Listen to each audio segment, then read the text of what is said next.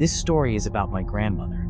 This happened several years before I was born. I heard about this story while my mom and her sisters were bonding together reminiscing about their childhood, particularly about my grandma.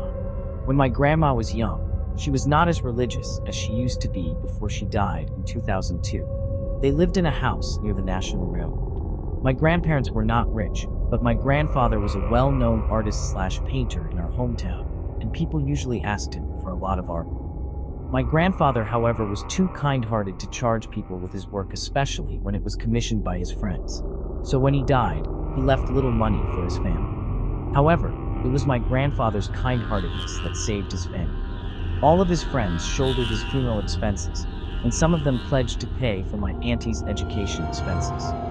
Now, my grandmother, on the hand, was loved by my grandfather very much.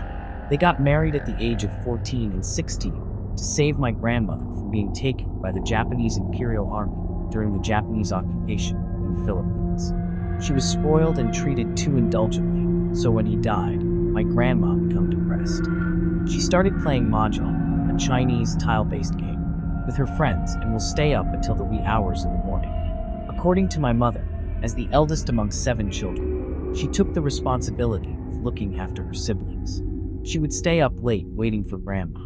My grandmother's gambling habit went from bad to worst until one scary evening when she had the most frightful experience. While she was on her way home at 3 a.m. from a friend's house, my grandmother saw a huge black dog a few feet away from her. The dog was so huge, it was like 5 feet tall, and it was just standing in the middle of the road staring at her. My grandmother was startled, as it was so unusual to see a dog that big.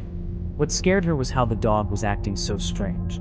It was doing nothing, just staring at her, and she could also hear it growling, as if the dog is going to pounce at her. She started to walk fast, and her heart almost dropped when she had to walk past the dog, which was still staring at her. She kept on walking, and was too scared to look back. When she turned on the next corner, she continued walking until she saw something weird from a distance. There was this huge gray bird perched at the edge of a banana tree a few feet away. My grandmother stared intently at the large, powerfully built bird as she continued to walk forward. Its eyes were bright red, and it was also staring back at her. The hair at the back of her neck started to raise when she realized that the bird was perched at the edge of a banana stalk, which was physically impossible. My grandmother realized that what she was looking at is not an ordinary bird, but an Aswang, or a shapeshifter. The bird was too heavy for the banana stalk to sustain its weight, but it just stood there without the stalk breaking. The bird made a sudden scary screeching sound that made my grandmother jump and run. When she was a few feet away from the banana tree, she heard a sudden flapping of heavy wings from behind, and she knew right then that the bird was flying towards her. My grandmother, in an instant, stooped down to avoid the bird as it flew over her head, its talons grazing her hair. According to my mom, flying Aswangs normally grab their victims on their legs. Then they lift them up in the air and throw them in the ground to incapacitate their victims. That is the time that they devour their victims once they have been disabled. My grandmother started shouting for help as she ran as fast as she could.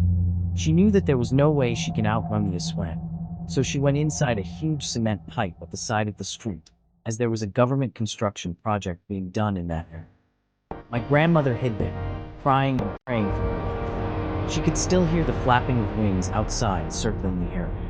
Fortunately for her, the neighbors heard her cry for help. Houses started to switch their lights on, and a few people went out to check what was going on outside. The Aswang left, and my grandmother crawled out of the cement pit. From that day on, my grandma stopped gambling and has never stayed up late outside again. She became a devout Christian until the day she left us.